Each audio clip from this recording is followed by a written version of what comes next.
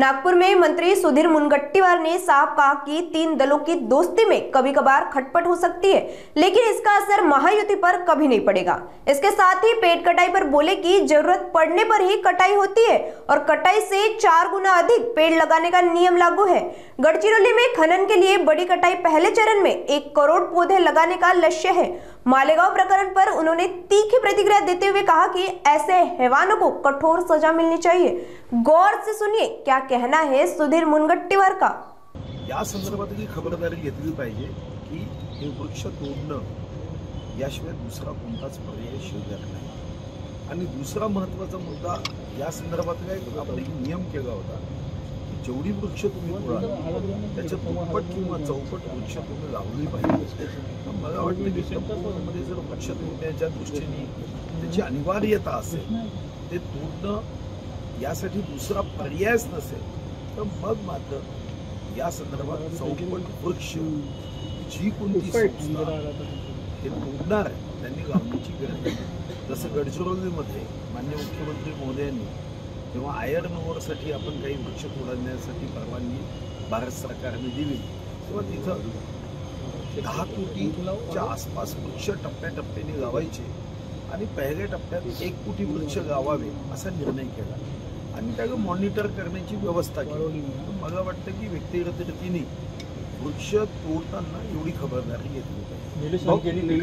टीका केलेली आहे। तुम्ही असं बोलले की गुजरातचे जे बिबटे आहेत ते महाराष्ट्राच्या सीमेवर सोडले गेलेले आहे, त्यामुळे जास्त संघर्ष वाढलेला मानवी आणि त्यांना ही माहिती कुठून आली माहीत नाही, त्यांच्याकडे या संदर्भात काय पुरावे आहे मला माहीत नाही, पण बिबट तिथून सीमेवर सोडला म्हणजे तो महाराष्ट्रात येईल असा समज करता कामा नये। बिबट आपल्या परिसरात पुन्हा वापस जाऊ शकतो।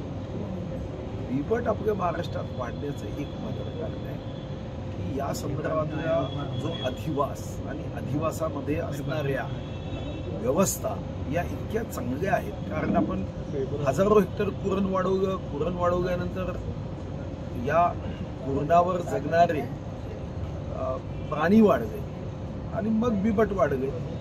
आता बिबट एवढे जास्त झाले की जंगलाचं क्षेत्र कमी पडत आहे, उसाच्या शेतात ते जायला लागले। अंदाजे आत्ता 2000 बिबट महाराष्ट्रात आणि म्हणून आपल्याला या संदर्भामध्ये एआयचा उपयोग करणे,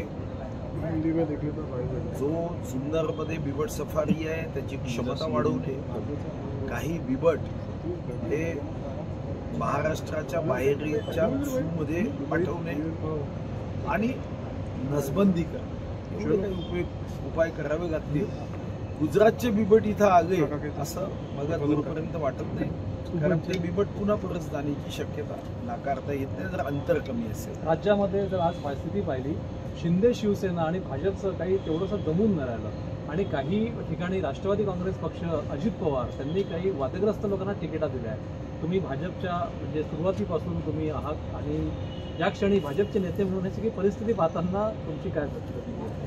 नाही, खरं तर सुरुवातीपासून नाही, शेवटी माझा जन्मच हा संघ परिवार, त्यामुळे जीना यहाँ मरना यहाँ इसके सिवा जाना का। तर भारतीय जनता पार्टी आणि महायुतीमध्ये इतर मित्र पक्षाच्या मैत्रीमध्ये कधी कधी एखादी छोटी कुरबुरी होऊ शकते, पण ती कुरबुरी झाली म्हणून महायुतीवर त्याचा प्रतिकूल परिणाम कदापि येऊ नये, कारण हे तीनही पक्ष विश्वगौरव, देशगौरव, नरेंद्र मोदीजींच्या विचारांनी प्रभावित होऊन एकत्र आले। 2 भावामध्ये कधी कधी कुरबुरी होते, म्हणून काही ताबडतोब एखादा भाऊ त्या कारणाने घर सोडत नाही। तसंच इथं एखादी गोष्ट, एखादी जागा, एखादा प्रवेश, एखाद्या संदर्भात कुरबुरी होऊ शकते, तिथं पक्षातही होते। आणि म्हणून मला वाटतं की जरी टीव्ही चॅनलच्या माध्यमातून याची गंभीरता ही बातम्यांच्या माध्यमातून दाखवल्या जात असेल तर तशी गंभीरता नाही आहे। माननीय मुख्यमंत्री महोदय, माननीय उपमुख्यमंत्री एकनाथ शिंदेजी दोघेही त्यानंतर सोबत कार्यक्रमाला मालेगावमध्ये 3 वर्षाचे चिमुकले अत्याचार करणाऱ्या आरोपीला फाशीची शिक्षा द्यायसाठी आणि कुठेतरी आज लोक होते ते संतप्त झाले, कोर्टापर्यंत गेले, फाशी द्या याबद्दल भावना समजूनच घेतलं काय पाहिजे. 3 वर्षाच्या मुलीवर बलात्कार केल्यानंतर ते तर फाशी द्या म्हणताय, मागाही तळपायाची आग मस्तकात जाते असं वाटतं की सुई टोचून त्याला मारलं पाहिजे.